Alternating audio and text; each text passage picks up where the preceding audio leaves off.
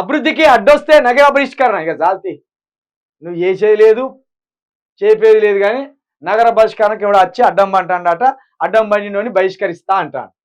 ఇంకోటి ఏంటంటే ఈ బైరామాల్ గూడ ఫ్లైఓవర్ ప్రారంభించిన సీఎం. ఇప్పుడు రేవంత్ రెడ్డి పరిస్థితి ఎట్లున్నాయంటే పాపం, ఈయన కట్టించిన ఫ్లైఓవర్ కాదు ఇది, ఈయన ప్రతిపాదించిన ఫ్లైఓవర్ కాదు ఇది. కేసీఆర్ కట్టిస్తా అంటే ఈయన ఓపెనింగ్లకు వస్తాడు. సినీ తారల సత్రం అయింది ఇప్పుడు పాపం రేవంత్ రెడ్డి. సినీ తారలు ఏం చేస్తారు, ఎవడన్నా ముద్దుగా బిల్డింగ్ కట్టి లేకపోతే ఒక షాప్ పెట్టుకొని అచ్చి ఇట్లా రిబ్బన్ కట్ చేసిపోవాలండి, మీరు ఈ రిబ్బన్ కట్ చేసిపోయినందుకు మీకు ₹1,00,000 2,00,000 ఇస్తాము అంటారు. గట్లనే ఇప్పుడు రేవంత్ రెడ్డి ముఖ్యమంత్రి అయింది, ఓపెనింగ్లు చేయడానికి ముఖ్యమంత్రి అయినట్టుగా పడతాను. రిబ్బన్ కట్టింగ్ల కోసం ముఖ్యమంత్రి అయింది. ఇక కేసీఆర్ 25,000 జాబులు ఇస్తే ఆ 25,000 జాబులకి నేను నియామక పత్రాలు ఇచ్చిండు.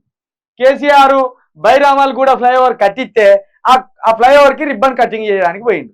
ఇంతకంటే బాధాకరమైన పరిస్థితి రేవంత్ రెడ్డి జీవితంలో రావద్దని కోరుకుంటాను.